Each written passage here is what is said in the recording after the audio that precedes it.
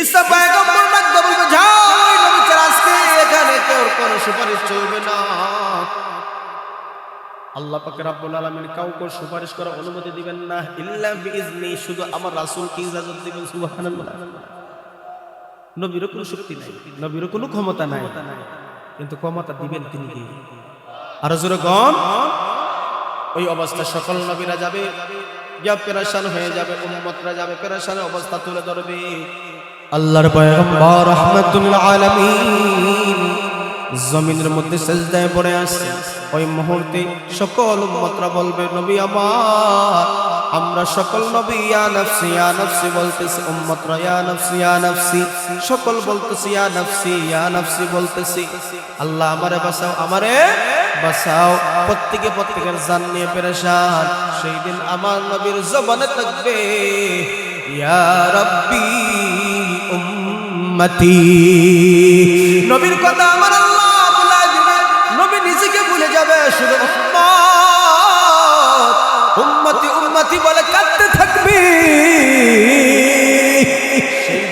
সেই দিন নবীর কাছে যখন যাবে, মহিলা দিবে, রাসূল গো, আল্লাহ আপনারে অনুমতি দিয়েছেন, শাফায়াতে কুবরা করার ক্ষমতাবান একমাত্র আপনি, আপনি যোগ্য। আপনি যদি আল্লাহর কাছে যান, আজকে আপনাকে এই সম্মান, এই মর্যাদা আল্লাহ তাআলা আপনাকে দিয়ে দিয়েছে।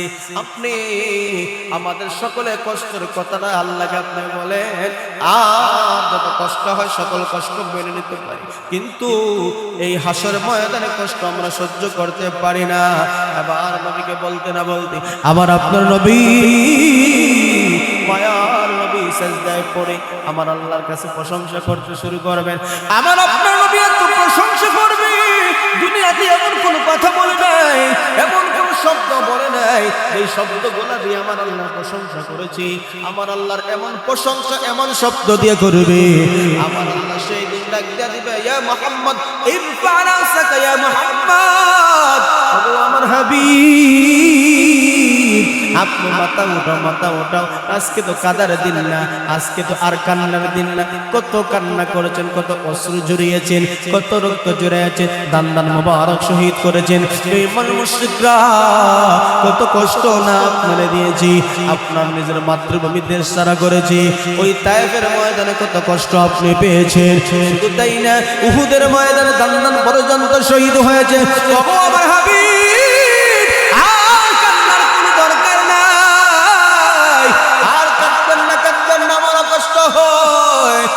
আমি আপনি মাথা উঠাও, যা বলবা আমি আজকে কবুল করব। ওগো আমার হাবিব, আজকে যা সওয়াল করবা আমি তা কবুল করে নিব। ইয়া মুহাম্মদ ইশফা, যা চান আপনি সুপারিশ করেন, আমি তা কবুল করে নিব।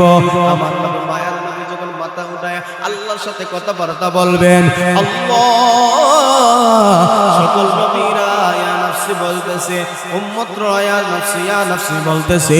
আমার কাছে আয়েশা তারা বলল, আজকে বিচার কাজ আপনি শুরু করে দিন। যার যার অবস্থান থেকে যত আমল হবে সওয়াব পাবে, যার আযাব হবে তারা মেনে নেবে। আপনি বিচারের কার্য আপনি শুরু করে দেন। আল্লাহ নবী, মায়ের নবী এই কথা বলতে না বলতে আমার আল্লাহ ডাকতে বলবেন, হাবিব আমার, আপনার সুপারিশ, আপনার প্রস্তাব এই মুহূর্তে আমি কবুল করে নিলাম। এই যে একটা শান, এই যে একটা মান, এই যে একটা মর্যাদা আল্লাহ তাআলা নবীরে দিবেন, এই শান, এই ইজ্জত, এই মর্যাদা আরো কোন নবীরে আমার আল্লাহ দেয়? যে আমার নবীর শান, আমার নবীর মান, আমার নবীর মর্যাদা আছে না? আর জোরে বলেন, এই নবীর শান, এই নবীর মর্যাদা আমি যদি বুঝি না, আমি যদি জানি না, তাহলে আমার মতন হতভাগা দ্বিতীয় আর কেউ। এই জন্য আল্লাহ বলে, শুনো শুনো শুনো, আমার নবীর এই শান, আমার নবীর মান, ইজ্জত, মর্যাদা আমি আল্লাহ রূহ জগৎ থেকে দিয়ে দুনিয়ার জগতে দিলাম, কবর জগতে দিলাম। কবর জগতে কি দিয়েছেন দেখেন, রবের সম্পর্কে জিজ্ঞাসা করা হবে, আর আমার নবী সম্পর্কে জিজ্ঞাসা আছে না নাই? এত সম্মান, এত মর্যাদা আমার আল্লাহ দিয়েছেন। বলবেন, মার রাব্বুকা ওমা দীনুকা ওমান নবিয়ুকা, হে কবরবাসী, বলো না তোমার রব কি ছিল, তোমার দিন কি ছিল। শুধু তাই না, বলো না তুমি কোন নবীর অনুসারী ছিলে। সুবহানাল্লাহ। রূহ জগৎ থেকে নিয়ে আমার নবীর সম্মান যদি আল্লাহ বাড়িয়ে দিয়েছে, কবর জগৎ আমার আল্লাহ আমার রাসূলকে বলে নাই। শুধু তাই না, রাসূলকে ইজ্জত সম্মান মর্যাদা দান করেছেন, এর দ্বারা হে উম্মত আমার নবী ইজ্জত সম্মান এতটা বেশি দিয়েছেন। আল্লাহর পরে যার স্তর তিনি হলেন আমাদের নবী মুহাম্মদুর রাসূলুল্লাহ সাল্লাল্লাহু আলাইহি ওয়াসাল্লাম। এই জন্য দোস্ত আহবাব আল্লাহ পাক রব্বুল আলামিন বলেন, দুনিয়াতে কত নেতা খেতা পাইবা, কার ফলোয়ার হইবা, কার আদর্শ গ্রহণ করবা, অবশ্যই অবশ্যই একজনকে তো ফলো করতে হবে।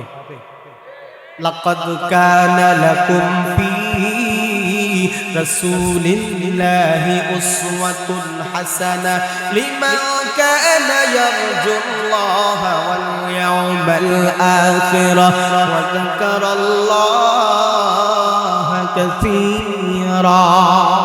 আবার আল্লাহ বলেন, যারা আখিরাত বিশ্বাস করে বেশি বেশি করে আল্লাহকে স্মরণ করে জিকির করে তাদের জন্যই আমার রাসূলের মধ্যেই রয়েছে উত্তম আদর্শ। কথা বলে ঠিক না? আখিরাত বিশ্বাস করিনি কথা কয় না। আল্লাহ নামের জিকির আজকার করি কি করি না? কথা বলে। এগুলা যারা বিশ্বাস করে, আসন্নসর মানে আসন্নসর বিশ্বাস করে, কিয়ামত মানে কিয়ামত বিশ্বাস করে, ময়দানে মাহশরে দাঁড়াতে হবে বিশ্বাস করে, আল্লাহ মানে রাসূল মানে আসমানি কিতাব মানে সব কিছু যারা মানে তাদের জন্য রয়েছে আমার রাসূলের মধ্যে উত্তম আদর্শ। এই জন্য ফলোয়ার যদি হতে হয় আমার রাসূলের ফলোয়ার হতে হবে, আমার রাসূলের অনুসারী হতে হবে। রাসূলের অনুসারী হইলে লাভ কি? আমার রাসূল বলেন কানা মাই ফিল জান্নাহ, রাসূলের সাথে জান্নাতে থাকবা। এই রাসূলের সাথে জান্নাতে থাকতে চাই কি চাই না? জোরে বলেন। এই রাসূলের সাথে জান্নাতে যদি থাকতে হয়, জান্নাতে যদি যেতে হয়, তাহলে রাসূলের আদর্শ দরকার আছে নি? কথা বলে। রাসূলের আদর্শ কি? আল্লাহ এবং রাসূল বলেন, আল্লাহ এবং রাসূল বলেন, হে আমার গোলামের গোলাম তোমরা শুনো, তোমরা যা করবা সব কাজ নেক আমল হবে। থাকতে হবে দুইটা শর্ত। কয়টা শর্ত? একটা হলো আল্লাহর আদেশ, দুই নম্বর হলো আমার রাসূলের আদেশ, আমার রাসূলের ইজাজত। তাহলে তোমার প্রত্যেকটা কাজ নেক আমল। আল্লাহর আদেশ, রাসূলের আদেশ, আল্লাহর নিষেধ, রাসূলের নিষেধ মানিয়া তুমি যদি ঘুমাও, ঘুমটা ইবাদত, খানি খাও, খানিটাও ইবাদত, ব্যবসা করো, ব্যবসাও ইবাদত, নামাজ যেমন ইবাদত, ব্যবসাও ইবাদত, চাকরি করো, আল্লাহর হুকুম আছে, রাসূলের হুকুম আছে, প্রত্যেকটা কাজ প্রত্যেকটা কর্ম তোমার নেক আমল হয়ে যাবে দুই শর্ত মানলে। একটা হলো আল্লাহর হুকুম, নবীর তরিকা। কথা বলে ঠিক না? তাইলে আমরা মুসলমান খাইলাম, ঘুমাইলাম, ব্যবসা করলাম, ভ্রমণ করলাম, সফর করলাম আল্লাহ এবং রাসূলের আদেশ হুকুমে, তাহলে প্রত্যেকটা কাজ নেক আমল আছে না নাই? তাইলে বোঝা গেল উম্মতে মুহাম্মদের কোনো কাজ বৃথা যাবে। চুরি না কামল নেই, কথা বলে, ডাকাতি, জুলুম, মিথ্যা কথা, মানুষের জমি জমা ঠকাইয়া খাওয়া, এগুলা কি নেক আমল?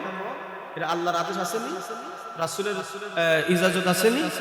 নাই। এগুলা ব্যর্থ, এগুলা ব্যর্থ। আসুন আল্লাহ এবং রাসূলের তরিকা অনুযায়ী আমার ব্যক্তিগত জীবন, আমার পারিবারিক জীবন, আমার সামাজিক জীবন, প্রত্যেকটা মুহূর্তে প্রত্যেকটা কাজে যেন আল্লাহ এবং রাসূলের আদর্শ গ্রহণ করে তার খাঁটি উম্মত হতে পারি।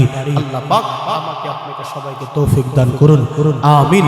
ওয়া আখিরু দাওয়ানা আনিল হামদুলিল্লাহ।